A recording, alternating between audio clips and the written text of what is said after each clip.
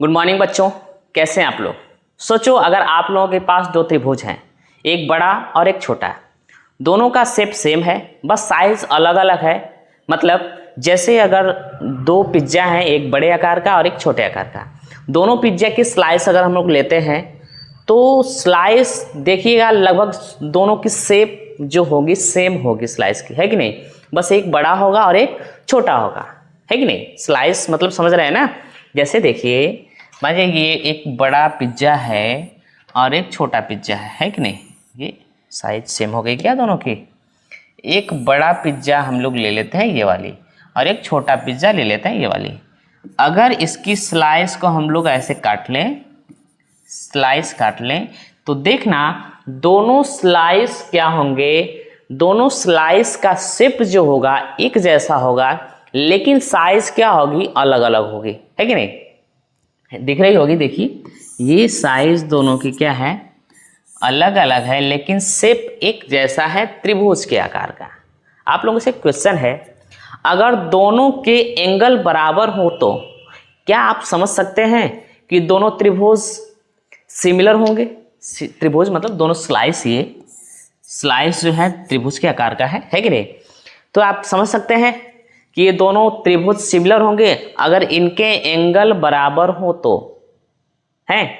चलिए इसके बारे में चर्चा करेंगे, आप लोग सोच के बताइएगा ये थ्योरम पढ़ने के बाद। तो आज हम लोग क्या करेंगे, इसी कॉन्सेप्ट को प्रूव करने जा रहे हैं, जिसका नाम है ए थ्योरम। क्या नाम है, ए थ्योरम, या इसको हम लोग कहते हैं angle angle angle similarity theorem, है कि नहीं। यह थ्योरम हमें बताता है कि सिर्फ एंगल बराबर होने पर ही दोनों त्रिभुज एक दूसरे के सिमिलर होते हैं।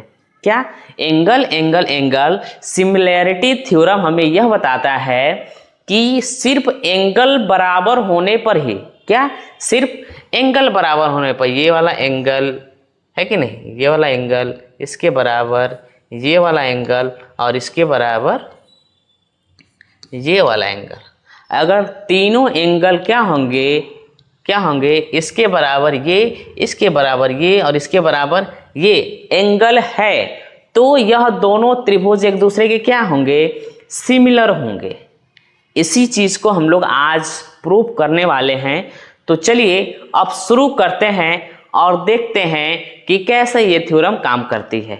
क्लियर, चलिए देखते हैं।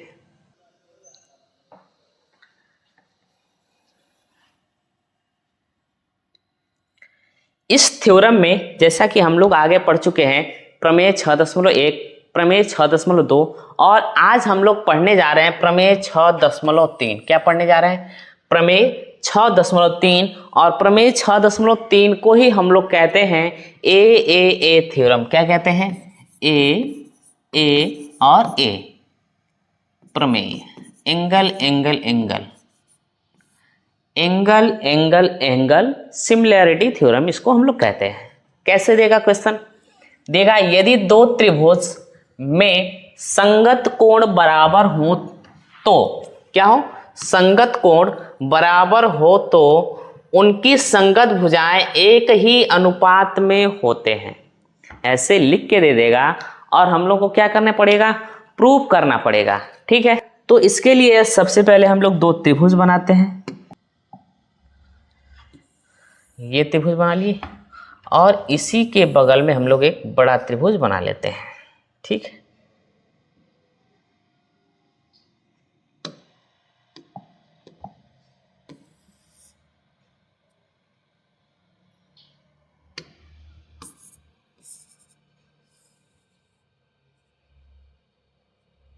ठीक है, दो त्रिभुज बना लेते हैं और दोनों को नाम दे देते हैं। इसको नाम देते हैं ए, बी और सी। इसको नाम दे देते हैं पी, क्यू और आर। दो त्रिभुज ले लेते हैं, एक बड़ा और एक छोटा, है कि नहीं। और ये मानने वाली बात होगी कि ये कोण जो है इस कोण के बराबर कर दे रहे हैं, दूसरा वाला कोण जो है ये वाला इस कोण के बराबर कर दे रहे हैं, और तीसरा कोण जो है ये वाला इस कोण के बराबर कर दे रहे हैं। देखिए दिया हुआ है कि दो त्रिभुज में संगत कोण बराबर हो, तो संगत कोण का मतलब ए जो है पी के बराबर हो, बी जो है क्यू के बराबर हो और सी क्या हो, आर के बराबर हो, तो इनकी संगत भुजाएं, संगत भुजाएं मतलब ए बी जो है पी क्यू,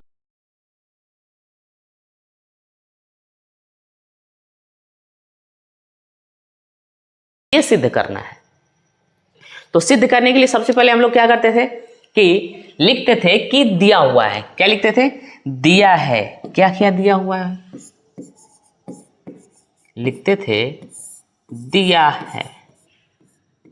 क्या क्या दिया हुआ है, सबसे पहले तो हमको दिया हुआ कि सभी त्रिभुज क्या है, संगत त्रिभुज एक दूसरे के बराबर है, यानी कि कोण ए जो है बराबर है कोण पी के। समीकरण नंबर 1 मान लेते हैं, ठीक है। कोण बी जो है कोण क्यू के बराबर है और कोण सी जो है कोण आर के बराबर है। ये दिया हुआ है, सबको समीकरण मान लेते हैं। ये चीजें दी हुई है कि नहीं। और कह रहा है कि इनकी संगत भुजाएं एक ही अनुपात में होते हैं, ये सिद्ध करना है। तो लिखेंगे सिद्ध करना है। क्या लिखेंगे, हेडिंग डालेंगे सिद्ध करना है। जो सिद्ध करना होगा उसे यहां लिखेंगे। क्या सिद्ध करना है कि इनकी संगत भुजाएं एक ही अनुपात में होती हैं, यानी ए बी जो होगा पी क्यू के अनुपात में होंगी, यानी ए बी अनुपाते पी क्यू बराबर क्या होगा, बी सी अनुपाते क्यू आर। बी सी अनुपाते क्यू आर बराबर क्या होगा, ए सी अनुपाते पी आर। ए सी बटे क्या होगा, पी आर होगा। ये सिद्ध करना है, ठीक है। सिद्ध करने से पहले हम लोग रचना करते हैं। क्या करते हैं, रचना करते हैं। तो रचना करेंगे, यहाँ पे लिखेंगे रचना। क्या लिखेंगे, रचना। रचना में क्या करेंगे भाई, देखिए रचना हम लोगों को याद करना पड़ेगा। रचना में हम लोग करेंगे, दो बिंदु लेंगे। क्या करेंगे, दो बिंदु लेंगे। यहाँ पे लिखेंगे कि पी क्यू और पी आर पे भुजा पे दो बिंदु क्या लेंगे, डी और ई लेंगे। लिख देते हैं डी और ई, ठीक है। लिखेंगे यहाँ पे, लिखेंगे भुजा क्या, पी क्यू व पी आर पर दो बिंदु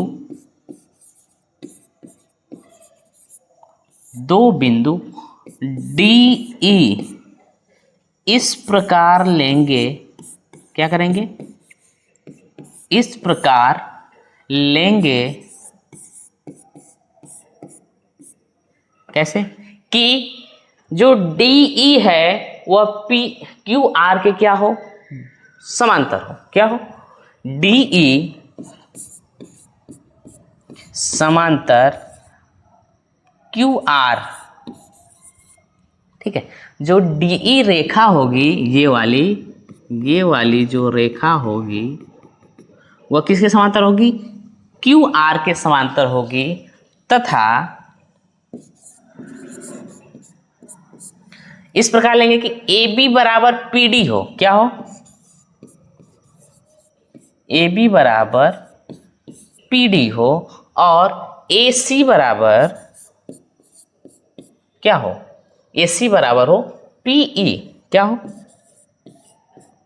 पी ई। इसके पहले देखिए हम लोग 3 समीकरण मान लिए हैं, इसको भी समीकरण मानेंगे, इसकी आवश्यकता होगी। समीकरण नंबर 4 और समीकरण नंबर 5। यहां तक चीजें समझ में आ रही हैं सबको, ठीक है। यहां तक नोट कर लीजिए। इसके बाद से हम लोग उत्पत्ति करते हैं। उत्पत्ति कैसे करेंगे देखते हैं। यह तो हो गया। अब हम लोग देखेंगे कि हम लोग क्या किया यहाँ पे रचना में, DE समांतर QR है तथा BE बराबर PD तथा AC बराबर PE है, तो AC बराबर PE है तो हम लोग देखेंगे आगे या लिखेंगे यहाँ पे त्रिभुज, लिखेंगे पहले उत्पत्ति, क्या लिखेंगे, उत्पत्ति। और उत्पत्ति में क्या होगा कि त्रिभुज ABC व, देखिए त्रिभुज ABC और PDE, ये भी त्रिभुज बन रहा है कि नहीं, तो त्रिभुज PD और E में, ठीक है।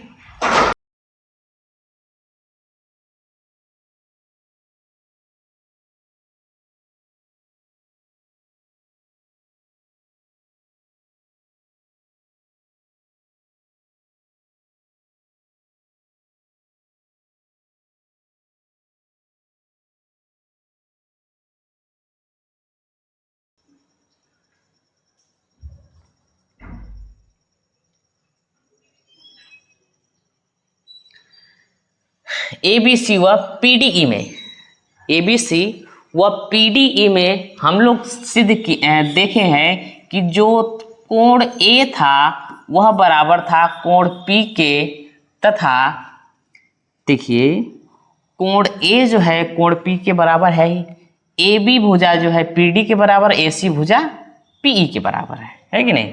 तो लिखेंगे यहाँ पे कि AB बराबर PD तथा AC बराबर PE है कि नहीं। दोनों त्रिभुज को यहाँ पे लिख लिए, दोनों त्रिभुज को यहाँ पे लिख लिए, लिखे हैं। देखिए एक त्रिभुज ये है AB PD के बराबर, AC PE के बराबर, और ये दो एंगल क्या है, बराबर है आपस में। दोनों एंगल क्या है, त्रिभुज कोण A और कोण B P बराबर है।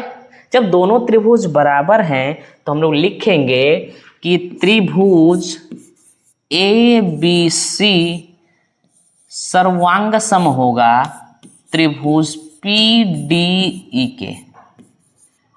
क्यों होगा, लिखेंगे यहाँ पे रीजन, SAS से, है कि नहीं, SAS यानी कि साइड एंगल साइड से ये दोनों त्रिभुज क्या होंगे, सर्वांग सम होंगे। तो आगे हम लोग बढ़ेंगे, इतना हो गया।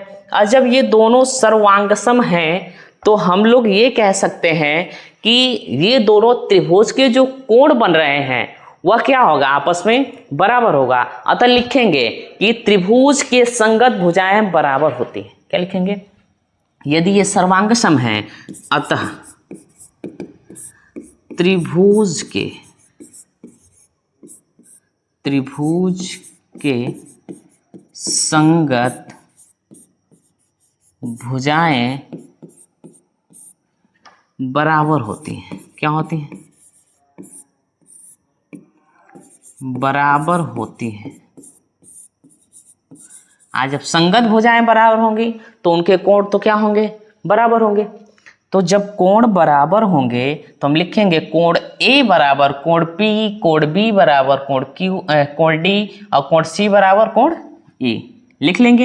लिखेंगे कोण A बराबर कोण P, कोण B बराबर कोण D व कोण C बराबर कोण E, लिख लेंगे। और इनको हम लोग समीकरण बना देंगे। क्या बनाएंगे, कहाँ तक समीकरण हम लोग बनाए थे, देखिए 5 तक बनाए थे। हम लोग लिखेंगे इसको तो माने ही हैं, इसको मानेंगे समीकरण नंबर 6,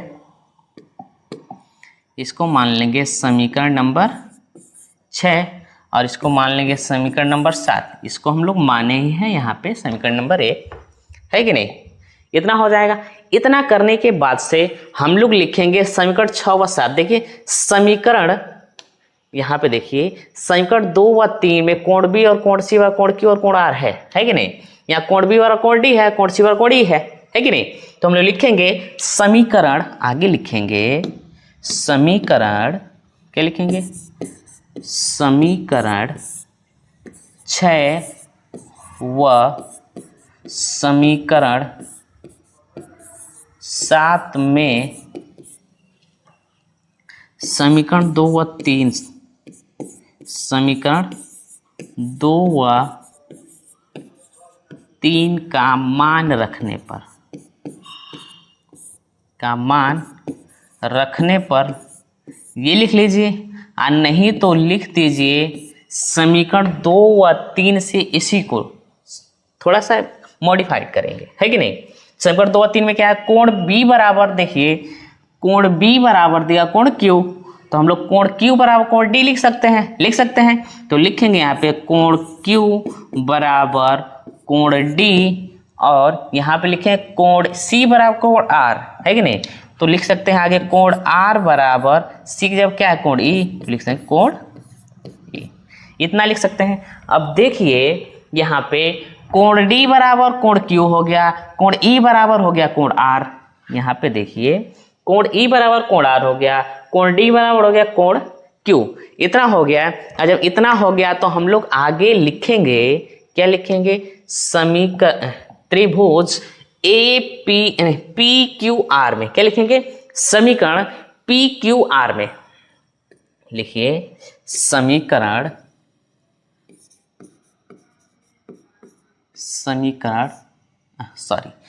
त्रिभुज PQR में, देखिए त्रिभुज PQR में हम लोग को क्या देखने को मिल रहा है, यदि ये दोनों त्रिभुज दोनों कोण क्या होंगे, बराबर होंगे, यहाँ से यहाँ दोनों कोण क्या हो गए, बराबर हो गए। और जब दोनों कोण बराबर हो गए तो ये वाला जो रेखा थी इसके समांतर है कि नहीं। कोण Q और कोण R क्या है, QR रेखा जो है DE के समांतर है कि नहीं। तो त्रिभुज लिखेंगे QR समांतर किसके, DE के। आज जब दो रेखाएं आपस में समांतर हैं तो हम लोग थेल्स प्रमेय के विलोम में पढ़े थे कि ये दोनों रेखाएं समांतर हो तो ये दोनों क्या होंगे, भुजाएं आपस में अनुपातिक होंगे, है कि नहीं। तो हम लिखेंगे समांतर है ये, तो लिखेंगे थेल्स प्रमेय के विलोम से, थेल्स प्रमेय के विलोम से, थेल्स प्रमेय के विलोम से क्या लिख सकते हैं, थेल्स प्रमेय के विलोम से लिखेंगे तो ये दोनों समांतर है, तो लिखेंगे PD अपान में DQ बराबर PE अपान में ER, लिख सकते हैं। लिखेंगे कि कोण PD अपान में DQ बराबर लिख सकते हैं PE अपान में ER, लिख सकते हैं। इतना तो हो सकता है। अब इसको लिखेंगे हम लोग, इसके बाद उल्टा करने पर, इसको हम लोग उल्टा करते हैं, क्या करते हैं, व्युत्क्रम कर देते हैं, ठीक है। व्युत्क्रम तो कर ही सकते हैं, लिखेंगे व्युत्क्रम करने पर, क्या, व्युत्क्रम करने पर।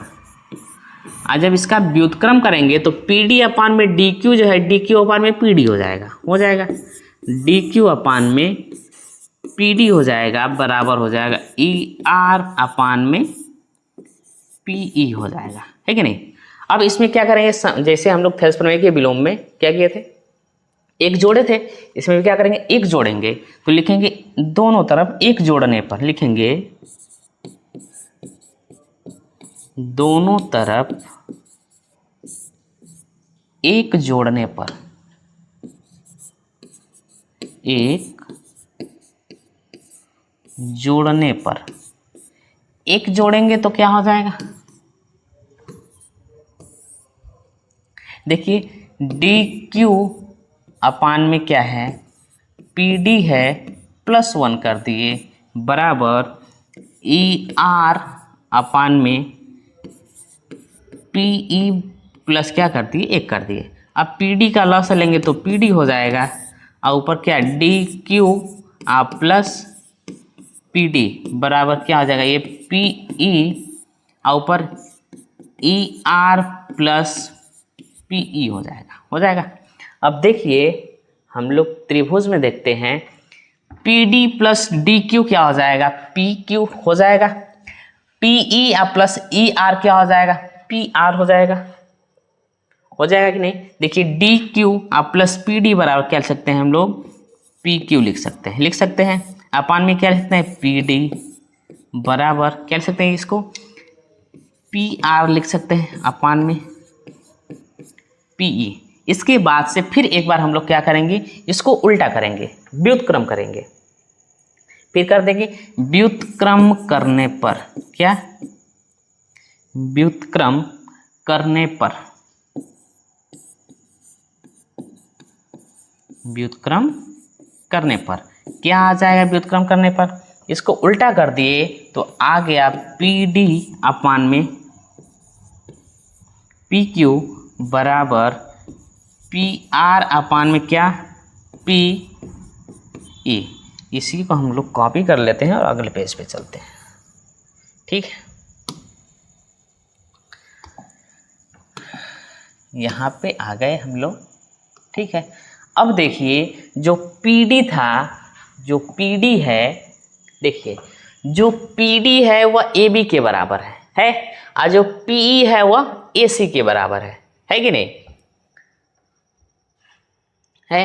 तो हम लोग लिखेंगे इसको, लिखेंगे यहाँ पे किसको, यहाँ पे लिखेंगे, समीकरण नहीं माने हैं ना, 6-7 हो गया है। ठीक है, तो समीकरण नहीं माने हैं, 3 के बाद 4-5 यहाँ पे भी लिखा हुआ है, इसलिए लिखेंगे समीकरण 4 व 5 से, लिखेंगे समीकरण 4 व 5 से, समीकरण 4 व 5 से क्या, समीकरण 4 और 5 में क्या था, PD बराबर दिया हुआ AB, क्या दिया था, AB, यही दिया हुआ था ना, PD बराबर AB और PE बराबर AC दिया हुआ है। PE बराबर क्या दिया हुआ है, AC दिया हुआ है।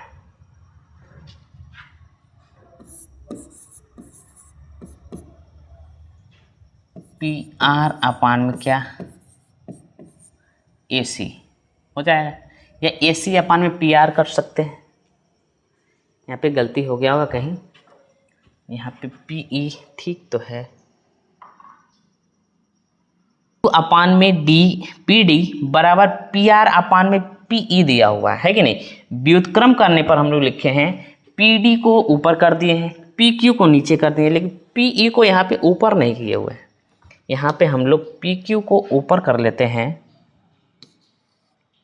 ठीक है, PQ को क्या, PE को कर लेते हैं ऊपर और PR लिख देते हैं, क्योंकि हमने यहाँ पे व्युत्क्रम किया हुआ है कि नहीं। यहाँ पर भी सेम वही गलती।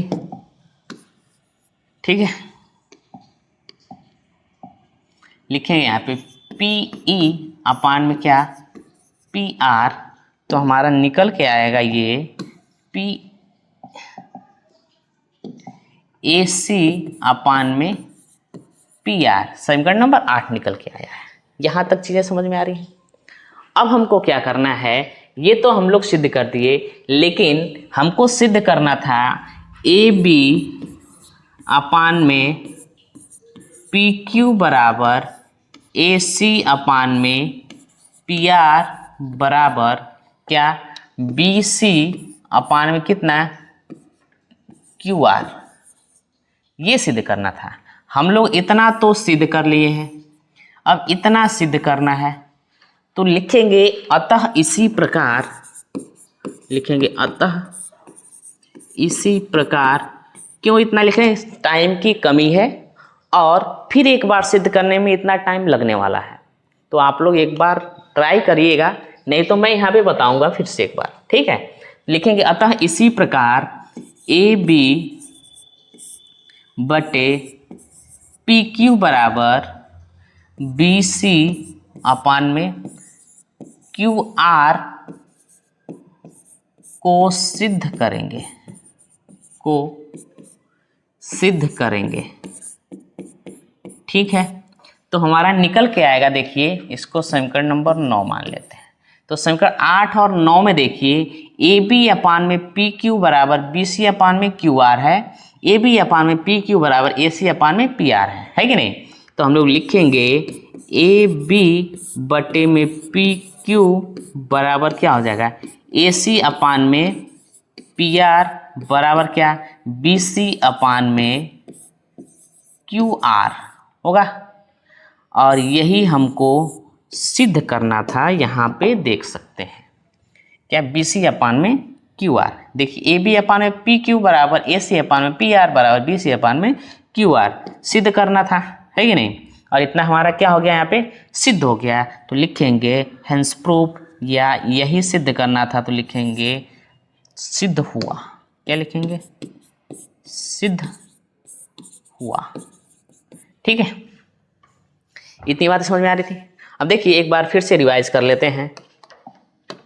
हमने पहले क्या बताया, दो त्रिभुज लिया, दोनों त्रिभुज को अलग अलग साइज का, ए को पी के कोण को बना लिया, और कोण बी को कोण क्यू के, कोण आर को कोण सी के। ये दिया हुआ था संगत कोण जो होते हैं बराबर होते हैं। तो हमको सिद्ध करना था संगत भुजाएं बराबर, यानी ए बी बराबर पी क्यू और ए सी बराबर ए पी आर और बी सी बराबर क्यू आर, ये सिद्ध करना था। तो इसको सिद्ध करने के लिए हम लोग क्या लिए हैं, पहले रचना किए हैं, भुजा पी और पी क्यू और पी आर पर बिंदु डी इस प्रकार लेंगे कि डी समांतर पे क्यू आर हो जाएगा, और ए बी बराबर पी डी और ए सी बराबर पी, यानी ये जो लिखे हैं तो यहाँ से यहाँ तक की दूरी, यहाँ से यहाँ तक की दूरी के बराबर होनी चाहिए थी, ये लेना था, है कि नहीं। तो इसको लेने के बाद से हम लोग क्या किए हैं, ये सब उत्पत्ति किए हैं। तो उत्पत्ति में क्या किए हैं, जब दो भुजाएं और एक कोण बराबर होते हैं तो वो सर्वांगसम होंगे। तो सर्वांगसम होंगे तो ऐसे एस से लिखे हम लोग कि त्रिभुज ए बी सी त्रिभुज पी डी के बराबर होगा। जब त्रिभुज पी डी के बराबर सर्वांगसम हो गया है तो हम जानते हैं कि संगत भुजाएं बराबर होती हैं, और जब संगत भुजाएं बराबर होती हैं तो उनके कोण आपस में क्या होंगे,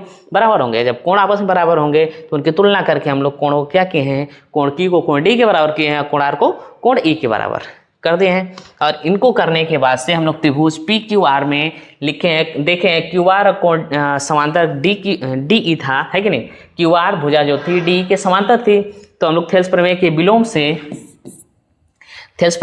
से क्या किए थे, पी डी अपान में डी क्यू बराबर पी अपान में ई आर कर दिए थे। अब इसको हम लोग किए थे व्युत्क्रम, अब व्युत्क्रम करने के बाद से एक जोड़ दिए हैं, और एक जोड़ने के बाद से जो आया है फिर से उसका व्युत्क्रम करने के बाद से हम लोगों को ये प्राप्त हुआ है। और इसको प्राप्त करने के बाद से हम लोग किए हैं समीकरण 4 व 5 में तुलना।